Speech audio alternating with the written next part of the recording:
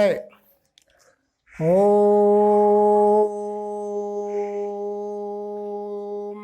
तत्सत्।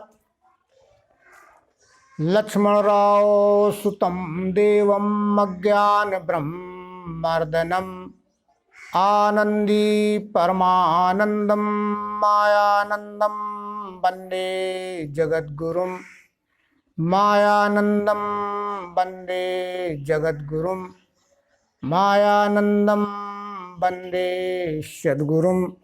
परम मंगलमय विश्वरूप परमात्मा को नमन करते हुए केंद्रीय अध्यात्म विज्ञान शाला विद्यापीठ ओंकारेश्वर मानधाता खंडवा मध्य प्रदेश के तत्वावधान में उपकेंद्र गोपालपुर नरवल कानपुर उत्तर प्रदेश में उपस्थित अध्यात्म सत्संग प्रेमी सज्जनों, सौभाग्य का क्षणी शक्ति स्वरूपा देवियों व बालक वृंद, अपन सबको हृदय से नमन करते हुए श्रीमद् भगवत गीता के राज विद्या राजगुही नामक नवे अध्याय का प्रारंभ। भगवान श्री कृष्ण ने 7वें 8वें अध्याय में अर्जुन को विश्वरूप परमात्मा का दिव्य चक्षु योग के द्वारा स्पष्टीकरण कर दिया, लेकिन एक दो बार समझाने पर जब बात समझ में नहीं आती है तो फिर से समझाया जाता है। इस अध्याय में भगवान श्री कृष्ण अर्जुन के अंतःकरण में विश्वरूप परमात्मा की स्थिति पक्का करने के लिए पुनः स्पष्टीकरण कर रहे हैं। श्री भगवान बोले, जिसका ज्ञान होने से छूटेगा भव बंध से, वो गुही ज्ञान विज्ञान कहता हूँ अद्वैस्तु। राज विद्या राजगुही हैगा श्रेष्ठ पवित्र, ये प्रत्यक्ष धर्म का बीज अनासी सुख साध्य है। जिन्हें इस धर्म में श्रद्धा नहीं है वे परंतप मेरी प्राप्ति बिना घूमे सदा संसार चक्र में। जिस विश्वरूप परमात्मा का ज्ञान होने के पश्चात मनुष्य शरीर धारण किया हुआ जीवात्मा सारे रोचक भयानक रूढ़वादी मानिंदी कल्पनाओं से छूट जाता है। वो दिव्य चक्षु के द्वारा अर्जुन तुम्हें पुनः बोध कराता हूँ, यानी दर्शन कराता हूँ।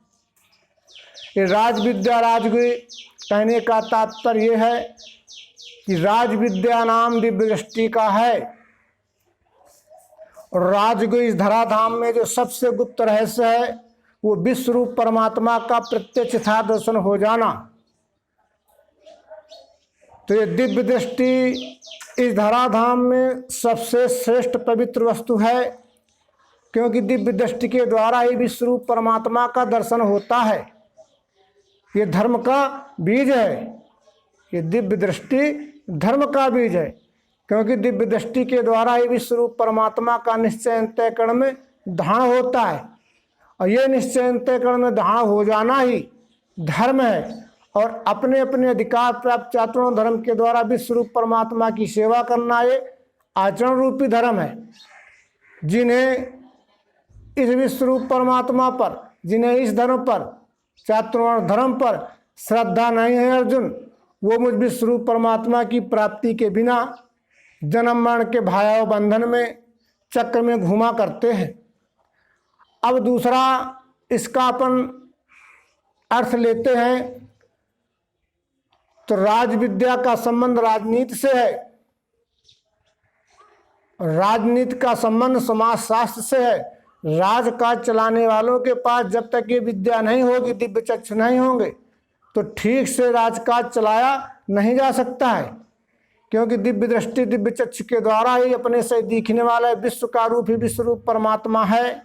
ये दर्शन होने के पश्चात प्रजा और राजा में कोई भेद नहीं रहता है।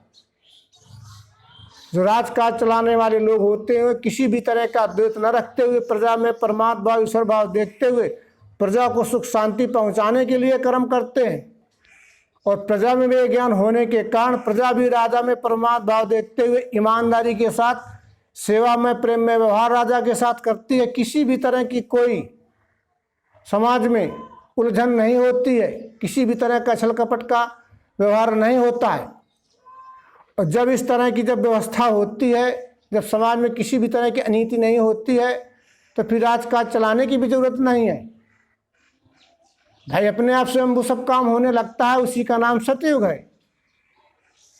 तो कर्म से संसिद्धि जनक आदि पा गए, लोक कल्याण दृष्टि से तुझे भी कर्मयोग है। जनक आदि लोगों ने भी स्वरूप परमात्मा को जान करके राजकाज चलाया, तो प्रजा में परमात्मा भाव देखते थे और ईश्वर भाव से सेवा करते थे। तो ये ज्ञान प्रजा में भी होता था, तो प्रजा भी राजा को परमात्मा भाव ईश्वर भाव से देखती थी और ईमानदारी के साथ प्रेम में व्यवहार होता था।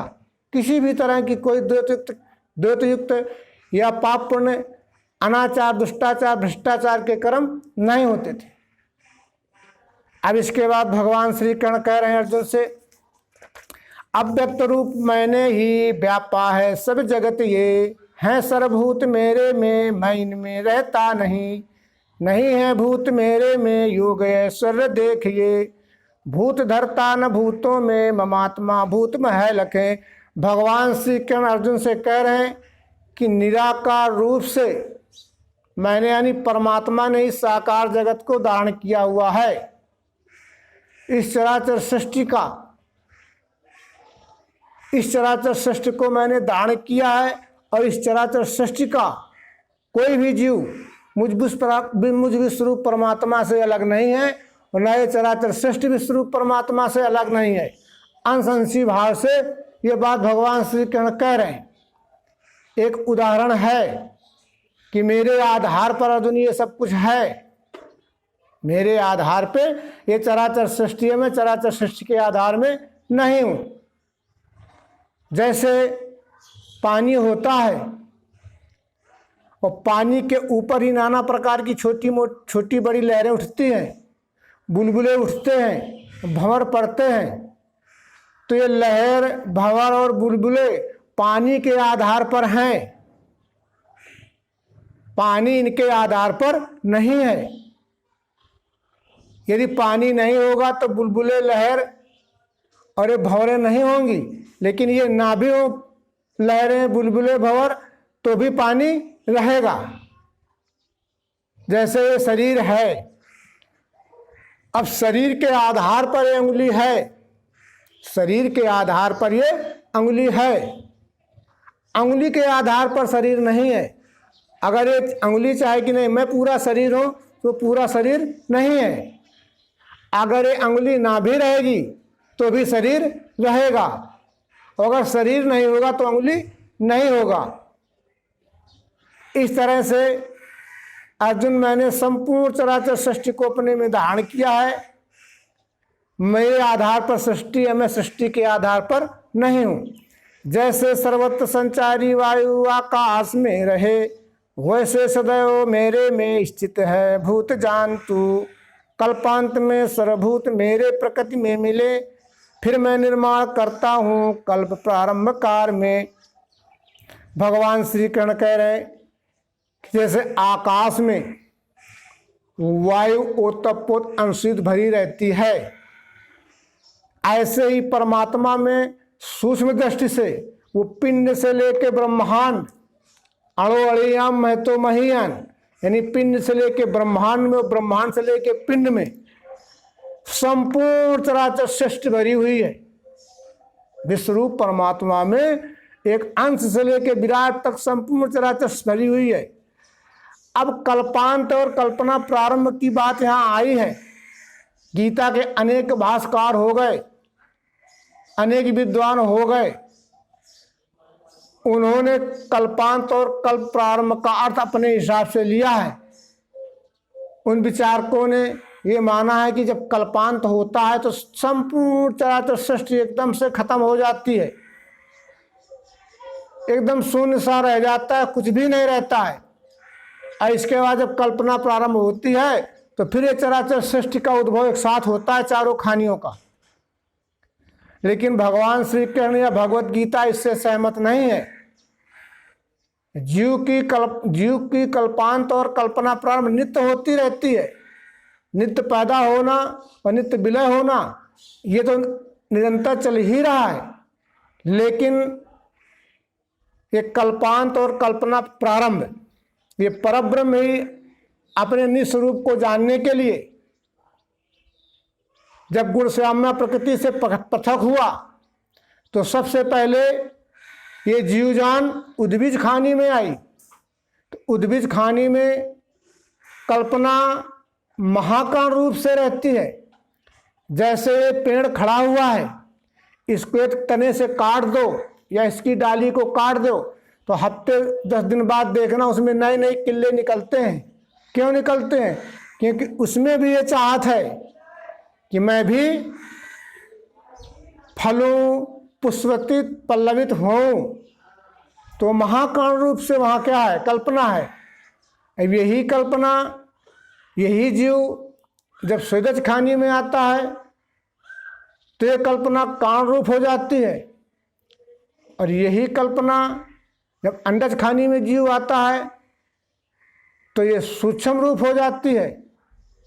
जब ये जीव जरायुज तत्श्रेष्ठ मनुष्य देह को प्राप्त होता है तो यही कल्पना स्थूल रूप हो जाती है।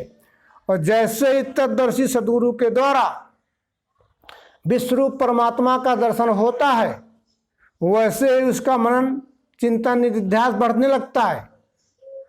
तो पहले ऋषि, फिर मुनि, फिर देवर्षि, फिर महर्षि, फिर ब्रह्म ऋषि, विभूति, संत, यानी दृढ़ निश्चय समाधान होने के पश्चात कल्पना का क्षय होता है, यानी कल्पांत होता है। यानी जहाँ से जीवात्मा चला था और चलने के बाद जो जीवात्मा अपने मूल स्वरूप गुणसाम्य में लय हुआ, वासना का क्षय हुआ, तो जाकर के उसकी कल्पना का अंत होता है।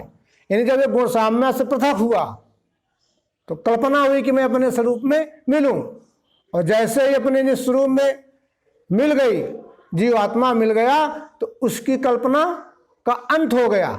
यानी जहाँ से निकला था वहाँ का वहाँ विलय हो गया। तो जब तक वासना शांत नहीं होती है तब तक जीव ये घूमा ही करता है। और जैसे ही दृढ़ निश्चय विश्वरूप परमात्मा का हो गया, वासना का क्षय हो गया, व्यष्टि भाव के कर्म खत्म हो गए, तो जाकर के मूल स्वरूप में कल्पना का अंत हो जाता है, यानी विलय हो जाता है। जहाँ से आया वहाँ जाकर के लय हुआ। तो अब ये नहीं कि उसका जन्म और मृत्यु नहीं होगा, यानी उसकी जो वासना थी, ज्ञान के द्वारा होगा, वासना वहाँ समाप्त हो गई। जहाँ से चला था उसको जान लिया। प्रकृति के सहारे से अपने सर्वभूत ये बारंबार बनाता हूँ, जो है प्रकृति के बसी। कर्म में प्रकृति के मैं रहता हूँ, संग त्याग के भूतों के कर्म से मुझको नहीं बंध धनंजय। भगवान श्री कृष्ण अर्जुन से कह रहे हैं कि परमात्मा अपनी प्रकृति का सहारा लेकर के संपूर्ण चराचर सृष्टि का निर्माण करता है, बनाता है। यदि सृष्टि निमित्त कारण है तो प्रकृति सहयोगी कारण है और परमात्मा उपादान कारण है। ये जो चराचर सृष्टि है ये निमित्त कारण है, ये नित्य बनेगी, नित्य बिगड़ेगी, लेकिन प्रकृति सहयोगी कारण है। और ये पुरुषोत्तम विश्वरूप परमात्मा उपादान कारण हुआ। जब विश्वरूप परमात्मा को इस चराचर सृष्टि के निर्माण का या उद्भव का संकल्प हुआ तो उसने अपनी प्रकृति का सहारा लेकर के इस चराचर सृष्टि का निर्माण किया। जैसे एक उदाहरण है कुम्भकार का, कि कुम्भकार होता है ना, तो मिट्टी से बर्तन बनाता है। तो ये जो मिट्टी के बने हुए बर्तन हैं ये सृष्टि निमित्त कारण है। इसमें जो कुम्भकार है वो सहयोगी कारण है और मिट्टी उपादान कारण है। अगर मिट्टी को बर्तन बनना है, मिट्टी को बर्तन बनना है तो सहारा कुम्भकार का लेना पड़ेगा, नहीं तो मिट्टी बर्तन नहीं बन सकती है। इसी तरह से विश्वरूप परमात्मा को चराचर सृष्टि की रचना करनी है तो सहारा प्रकृति का लेना ही पड़ेगा, नहीं तो सृष्टि की रचना नहीं हो सकती है। तो इस तरह से अर्जुन, परंतु प्रकृति अपने कार्य में स्वतंत्र है, अपने 3 गुणों से वो अपना सारा का सारा कार्य करती है। रजोगुण से उद्भव होना, सतोगुण से पालन होना और तमोगुण से संहार विलय होना। ये प्रकृति अपने 3 गुणों के माध्यम से उत्पत्ति स्थिति लय की लीला अनादिकाल से अहनिश चलती चली आ रही है या करती रहती है। लेकिन अर्जुन, अध्यक्षता मेरी ही रहती है, यानी विश्व परमात्मा की रहती है, निर्देशन मेरा ही रहता है। मेरे अध्यक्षता से ही रचे प्रकृति जगत ये, इसी कारण कौनते फिरता है जगत चक्र में। मनुष्य देह लेने से मूढ़ जाने नहीं मुझे, स्वामी भूतन का मेरा श्रेष्ठ भाव नहीं लखे। आशय यही है कि मेरी अध्यक्षता में प्रकृति चराचर सृष्टि की रचना करती है। इसी कारण प्रकृति 3 गुणों को अपनी सृष्टि रचना में सहयोग में लेती है।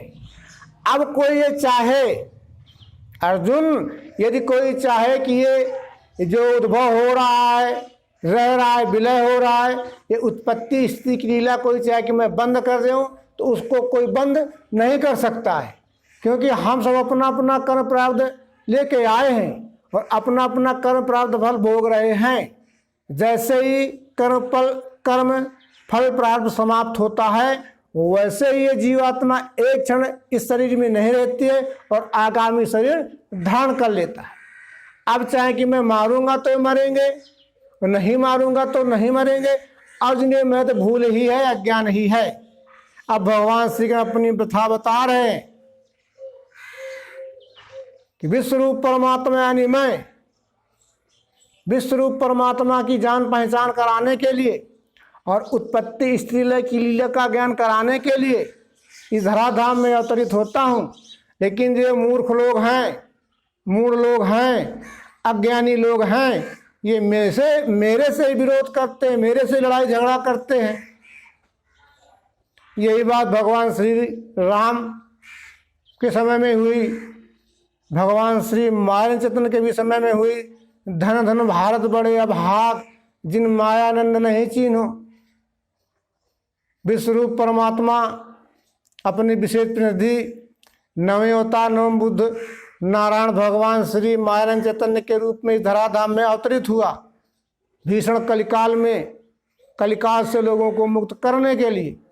लेकिन ये अज्ञानी लोग भगवान को मारने के लिए भगवत दास घाट में रात में उनके ऊपर चढ़ाई कर दी।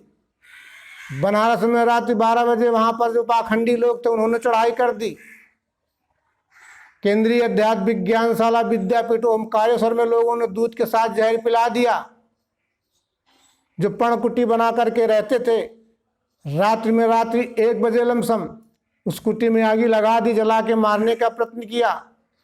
भगवान नाव से इस पार जाया करते थे।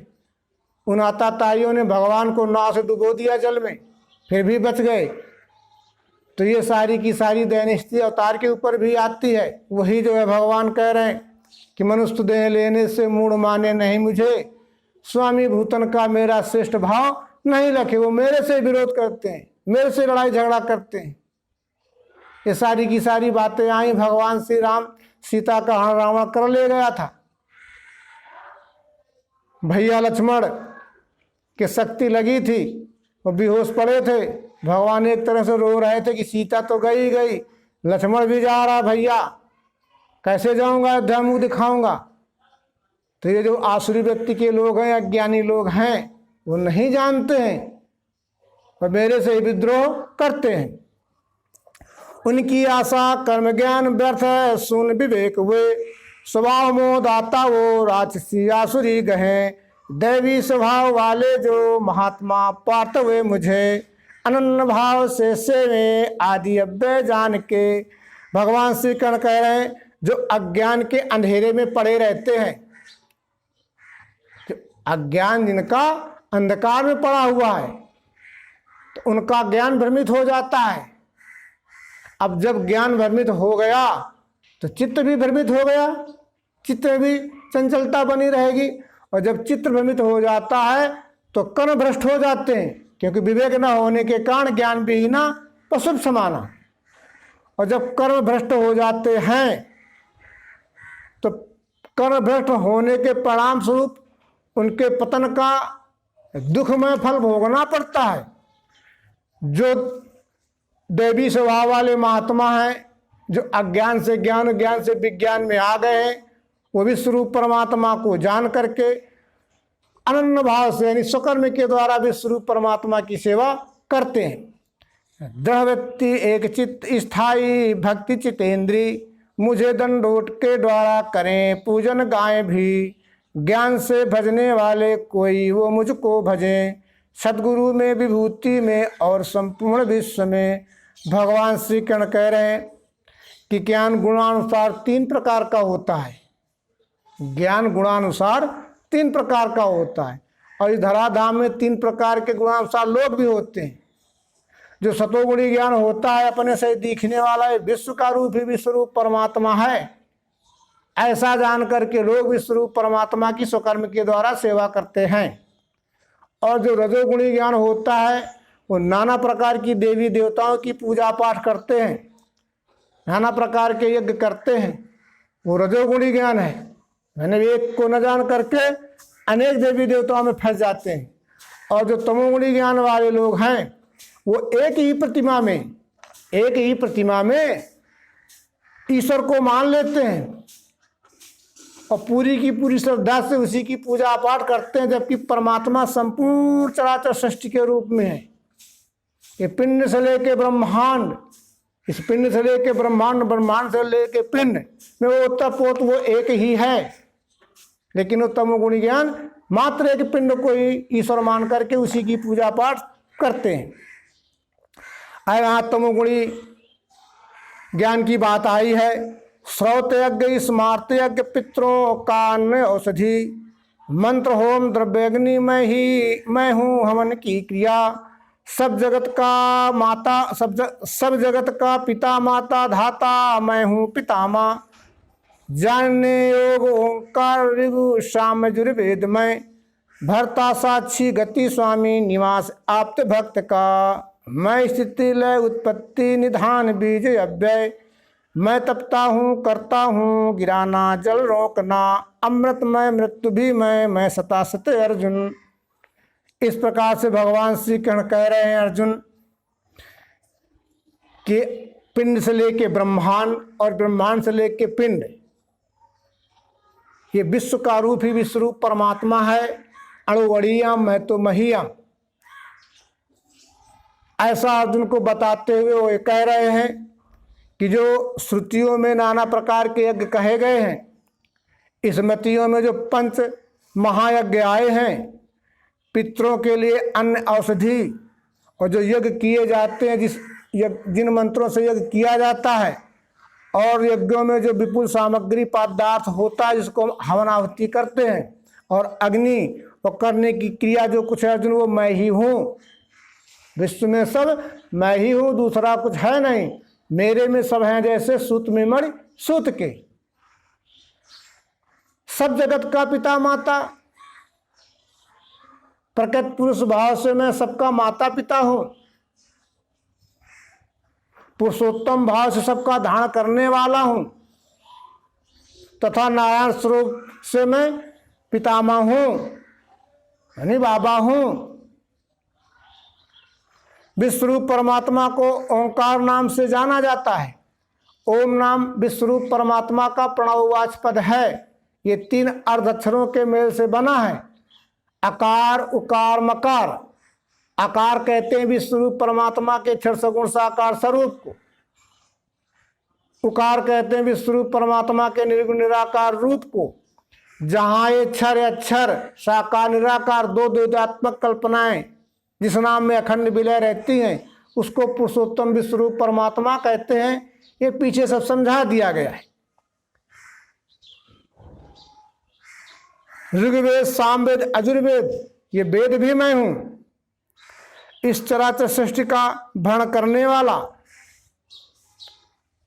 प्रकाश भाव से सबका साक्षी, क्षरगति भाव से गति करने वाला, अक्षर भाव से सबका स्वामी, भक्तों के हृदय में निवास करने वाला सद्गुरु स्वरूप अर्जुन मैं ही हूँ। सतोगुण से पालन करना, रजोगुण से उद्भव करना और तमोगुण से संहार करना, ये मैं ही कर रहा हूं गुणानुसार। और अक्षर निर्गुण निराकार भाव से मैं चराचर सृष्टि का बीज हूं। और इस कारण से भी महाकारण रूप पुरुषोत्तम मैं निधान हूं। सूर्य भाव से मैं तपता हूं, गर्मी देता हूं। जल यानी बरसात करना और बरसात को रोकना। दिव्य चक्षु आत्मा अनुभव भाव से मैं अमृत हूं। और अहम भाव अज्ञान भाव से मैं मृत्यु हूं। और क्षर अक्षर सतासत, सत कहते हैं अक्षर को, असत कहते हैं क्षर को। ये क्षर अक्षर से रहित पुरुषोत्तम परमात्मा अर्जुन मैं ही हूं। इस तरह से अर्जुन तुम मेरे को समझ ले ठीक से। अब यहां रजोगुणी भाव का निरूपण है। वेद ज्ञाता सोम पी पाप धोए, यज्ञ द्वारा स्वर्ग को मांगते हैं। उस पुण्य से स्वर्ग मिले वहां वे, हैं भोगते भोग सुदेवतों के। वे ईश्वर का भारी भोग लेके, चुकते ही तो पुण्य लौटे यहाँ ही। इस रीति तीनों गुणों में लपेटे, कामी लहे जन्म सदैव मृत्यु। भगवान श्री कृष्ण कह रहे हैं वे वेदों का पाठ करते हैं। वेद ज्ञाता यानी वेदों का पाठ करते हैं, धर्म ग्रंथों का पाठ करते हैं। और उनमें जो नाना प्रकार के यज्ञों के बारे में लिखा है करने को, वो नाना प्रकार के यज्ञ करते हैं। विष्णु यज्ञ करते हैं कि विष्णु लोक का सुख मिल जाए। रुद्र यज्ञ करते हैं, रुद्र लोक का सुख मिल जाए। वैकुंठ लोक का सुख मिल जाए, स्वर्ग लोक का सुख मिल जाए। ये नाना प्रकार के यज्ञ करते हैं अपनी कामना की पूर्ति के लिए। अगर ये यज्ञ कर्म निर्विघ्नता पूर्वक पूर्ण हो गए तो उनको उस लोक का अमुक सुख मिल जाता है। लेकिन ये स्थायी सुख नहीं है। जैसे ये पुण्य कर्म खत्म होते हैं तो जहाँ के तहाँ फिर वापस पुनः आ जाते हैं। एक इसका अपन उदाहरण लेते हैं, इसका एक अपना उदाहरण लेते हैं कि जैसे चुनाव होते हैं ना आज, तो 5 साल के लिए चयन होता है एक प्रधान से लेके और राष्ट्रपति तक का। ठीक, चुनाव हुआ, उन्होंने खूब कर्म किए और वो सफल हो गए, सफलता मिल गई। लेकिन 5 साल तक उनको उस पद का सुख मिला। और 5 साल के बाद जैसे उनका वो कर्म फल समाप्त होता है, पुण्य फल समाप्त होता है, वैसे फिर एक साधारण मनुष्य की तरह उनका जीवन होने लगता है। कोई 10 साल तक बना रहता है, कोई 20 साल तक, वो बात अलग के। लेकिन जैसे ही उनका समय समाप्त होता है, पूर्ण कर्म उनके समाप्त होते हैं, वो जहाँ के तहाँ पुनः वापस आ जाते हैं। वो स्थायी सुख नहीं है, वो स्थायी सुख नहीं है। इस तरह से वो सुख दुख के चक्र में, जन्म मरण के भयावह बंधन में वो घूमा करते हैं। अनन्य भाव से जो मेरी करते हैं, अनन्य भाव से जो मेरी करते हैं उपासना, ऐसे नित्याभुक्तों का करता हूँ योग क्षेम मैं। श्रद्धा से अन्य देवों के करें भक्त उपासना, वे भी मुझको ही पार्थ पूजते हैं शास्त्र छोड़ के। अब यहाँ ये सतोगुणी ज्ञान वालों की बात भगवान श्री कृष्ण कह रहे हैं। अनन्य भाव से जो सत्वगुणी लोग होते हैं वो अपने से दिखने वाला है, विश्व का रूप ही विश्वरूप परमात्मा है, ऐसा जान करके वो निष्काम भाव से अपने सकर्म के द्वारा विश्वरूप परमात्मा की सेवा करते हैं। तो उनका योगक्षेम स्वयंभू होता रहता है। अप्राप्त वस्तु की प्राप्ति हो जाना उसका नाम योग है। और हमारी किंचित भी असावधानी से उसका रक्षण होते रहना वो क्षेम है। और किसी भी तरह की चिंता न होने देना, ये 3 बातें होती हैं। तो ये 3 देव हैं, ब्रह्मा विष्णु महेश। ये 3 देव ब्रह्मा विष्णु महेश जिसको हम कहते हैं, तो सतोगुण रजोगुण तमोगुण के ही नाम है। तो किसी भी तरह की चिंता न होने देना यानी शंकर का कार्य है। प्राप्ति वस्तु की अप्राप्त वस्तु की प्राप्त करा देना ये सतोगुण विष्णु का काम है। उसका योगक्षेम होते रहना, रक्षण होते रहना ब्रह्मा जी का काम है। इस तरह से प्रकृति अपने 3 देवों के माध्यम से तो करती रहती है। लेकिन अर्जुन जो विश्वरूप परमात्मा को नहीं जानते हैं, अपनी अपनी श्रद्धानुसार नाना प्रकार की देवी देवताओं की पूजा करते हैं। ठीक, तो करते तो हैं पूजा, लेकिन वो शास्त्र विरुद्ध पूजा उनकी होती है, शास्त्र युक्त पूजा उनकी नहीं होती है। उनकी मानी हुई काल्पनिक पूजा पाठ है। मैं ही हूँ सब यज्ञों का भोक्ता स्वामी, परंतु वे मेरा रूप नहीं जाने, इसी से भ्रम में गिरे। देवों के भक्त देवों को, पुरखों के पितृलोक को, भूतों के भक्त भूतों को, मेरे भक्त मुझे मिले।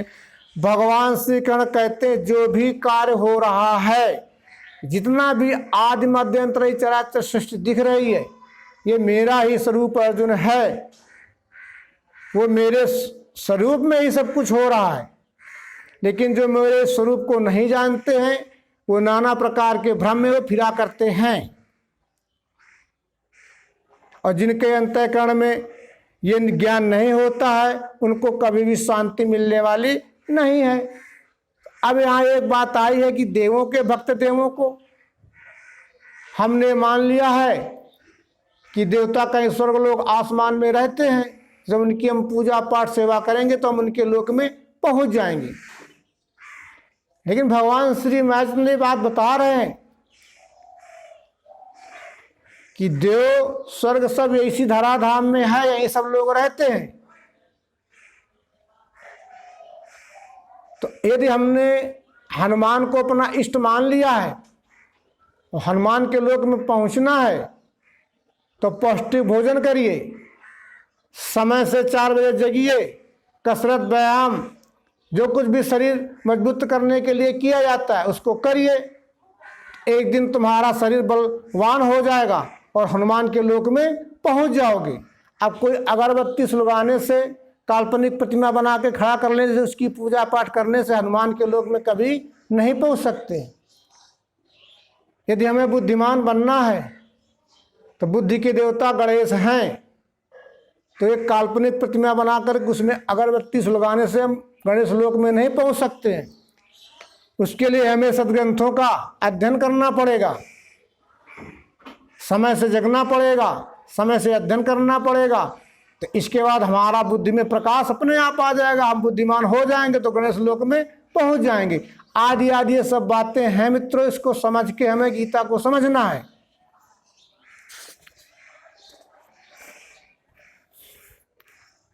अब जब बुद्धिमान बन जाओगे, विश्वरूप परमात्मा की जान पहचान हो जाएगी, तो फिर विश्वरूप परमात्मा सारे सुखों का ही तो भंडार है, सारे सुखों की प्राप्ति मिल जाएगी। पत्ते फूल फल तो चढ़ावे भक्ति से मुझे, लेता हूँ शुचि मान का मैं भक्ति का उपहार। सो तू जो कौन ते करता है यज्ञ दान तप क्रिया, खान पान आदि वो सारा मुझको अर्पण करो। भगवान श्री कृष्ण कहते हैं कि जो भगवान को हम पत्ते फल फूल तोय चढ़ाते हैं, ठीक, तो अंतःकरण से, जो शुद्ध अंतःकरण से, यानी शुद्ध अंतःकरण से जो मेरे को चढ़ाता है, समर्पित करता है, तो ऐसे भक्तों का मैं वो चढ़ाया हुआ उपहार मैं लेता हुआ और खाता हुआ दिखता हूँ।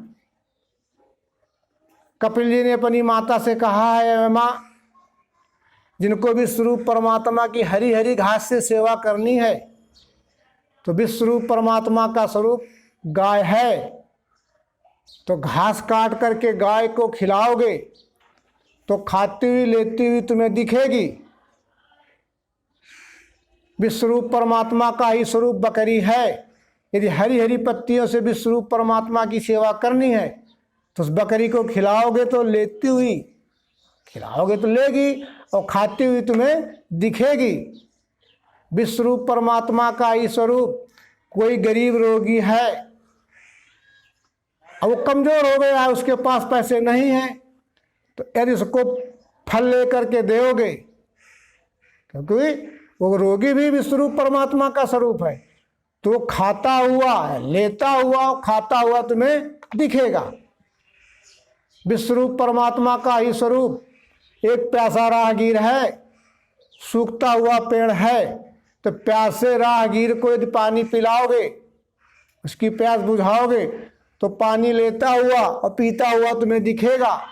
पेड़ सूख रहा, उसमें पत्तियां मुरझा गई, उसमें जब पानी डालोगे तो थोड़ी देर बाद देखना वो पत्तियां बिल्कुल हरी भरी हो जाएंगी, एक तरह से उसमें मुस्कुराहट आ जाएगी। तो लेता हुआ और प्रत्युत्तर में दिखेगा कि नहीं, आज हरा भरा हो गया। इस तरह से जो लेता हुआ खाता हुआ दिखे अर्जुन, उसको समर्पित करना है। और जो लेता हुआ खाता हुआ नहीं दिखे तो उसको समर्पित करने से कोई लाभ नहीं है।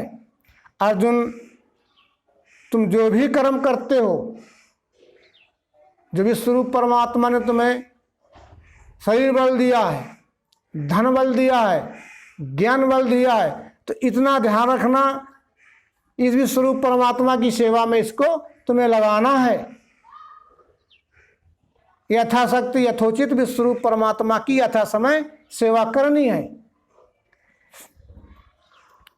ऐसे अच्छे बुरे फल से कर्मों के बच जाएगा, संन्यास युक्ति से मुक्त हो पाएगा। मुझे सब मैं सब भूतों को सत्व मित्र मुझे नहीं, प्रेम से जो भजे मुझको उसमें मैं मुझ में वही।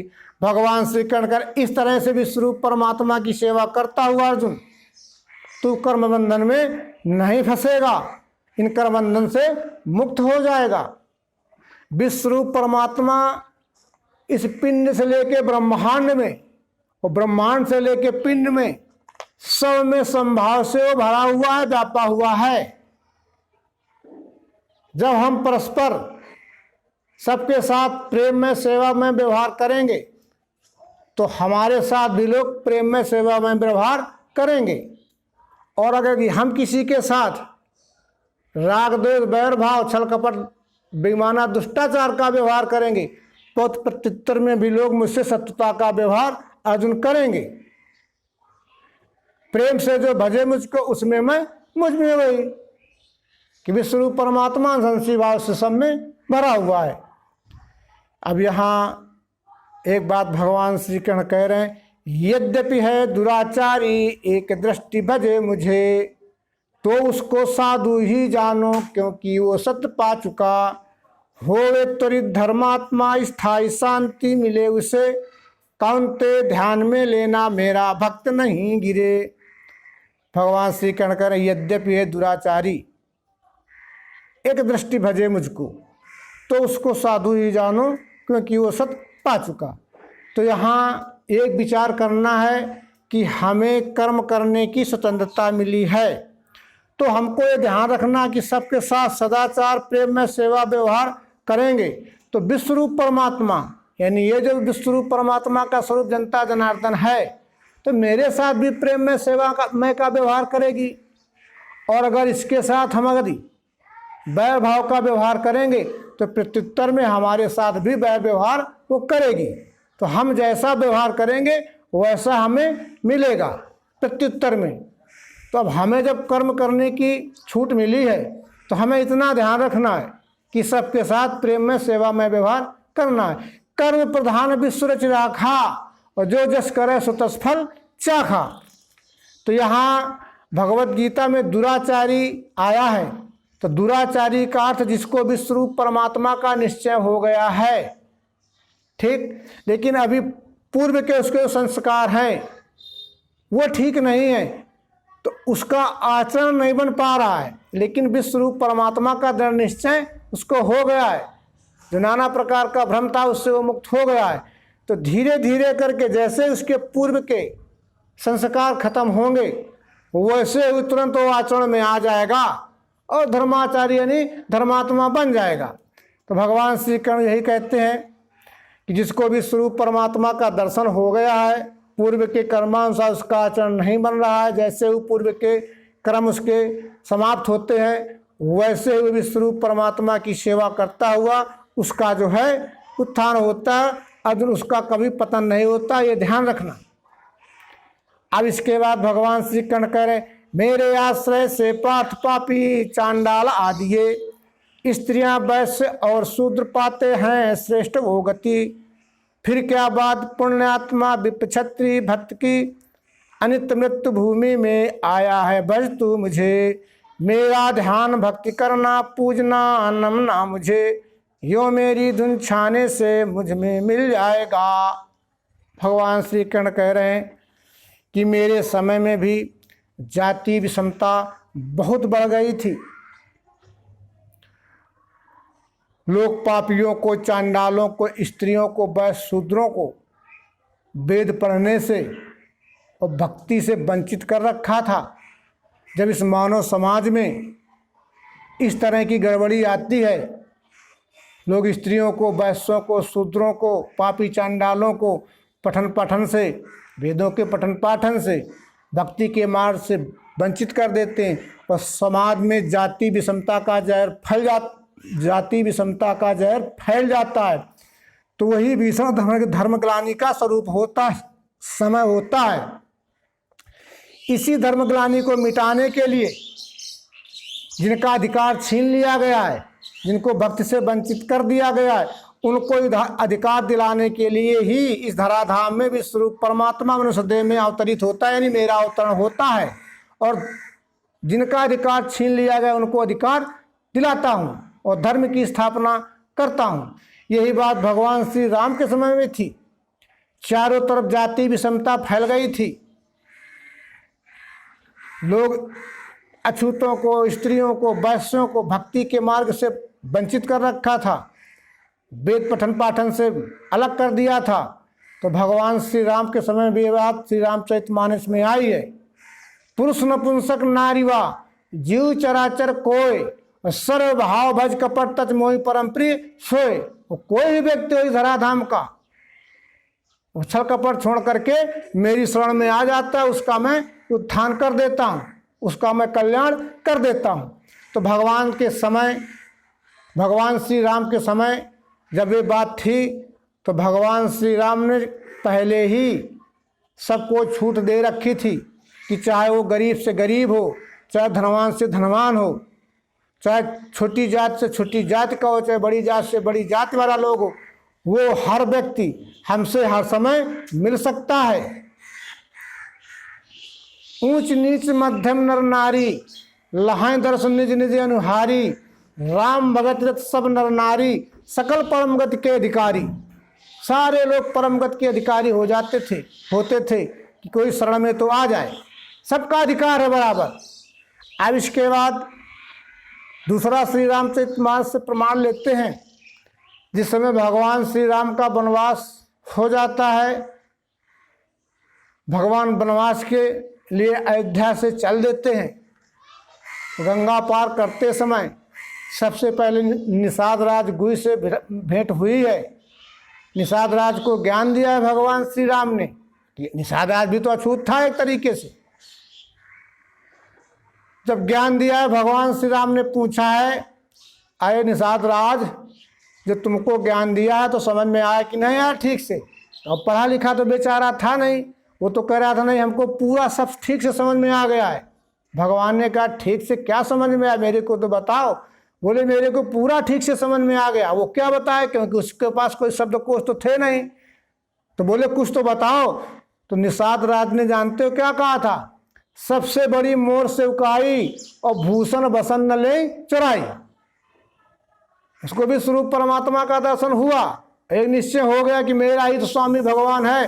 तो आज से मैं किसी भी तरह का छल कपट का व्यवहार, चोरी, बदमाशी, लूट खसूट नहीं करूंगा। अनन्य भक्त बन गया था। भगवान श्री राम ने निषाद राज गुहि को ही एक बात कही है, सबसे कहा है भैया अपने अपने घर चले जाना। ये जब वनवास पूरा करने की बात जब घर आए तब आई ये बात, तुम मम सखा भरत संभ्राता और सदा रहो पुर आवत जाता। और किसी से नहीं कहा कि तुम दोबारा लौट के आना।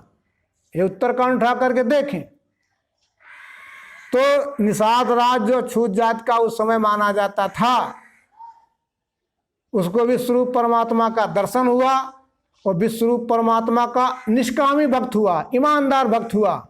और भगवान के वो शरणागति, भगवान ने उसको स्थान दिया कि हर समय तुम अयोध्या आते जाते रहना भैया, तुम भरत के समान मेरे हो। अब इसके बाद जब चित्रकूट में भगवान श्री राम रह रहे हैं वनवास के समय, तो भैया भरत और गुरु वशिष्ठ जी उनसे मिलने गए हैं। तो जब मिलने गए हैं तो उन अछूतों को, छोटी जात के लोगों को भरत और वशिष्ठ जी ने गले लगाया है पढ़िए आप रामचरितमानस। इसके बाद अब वो भूखे थे मान लीजिए एक तरह से, तो अतिथि सत्कार में बेचारे गरीब थे, जंगल से लकड़ियां काटते थे, बेच बाच के लाते थे, जो कुछ उससे उपार्जन होता था गृहस्थी चलाते थे। तो उनको दोनों में ला करके वो सब कुछ दे रहे हैं खाद्य सामग्री। तो वशिष्ठ जी ने और भैया भरत ने उनको खाया है और प्रत्युत्तर में कुछ देना चाहते हैं उनकी स्थिति को देख करके, कुछ मुद्राएं धन, तो बेचारे नहीं ले रहे हैं। वो ये कह रहे हैं कि हम तो धन्य हो गए, भगवान श्री राम जब से आए तब से हमारा तो कल्याण हो गया, और भगवान की दुहाई दे रहे हैं कि हमारा तो कल्याण भगवान ने कर दिया। सबको प्रेम से बुलाते थे और सबको अधिष्ठान रख करके विश्वरूप परमात्मा का वो ज्ञान बताते थे। तो विचार करने की बात है, इसी छूत की विषमता को मिटाने के लिए यही धर्मग्लानि है। जिनका अधिकार भक्ति से छीन लिया गया है, पठन पाठन से छीन लिया गया है, उन्हीं को अधिकार दिलाने के लिए वो इस धराधाम में अवतरित होता है।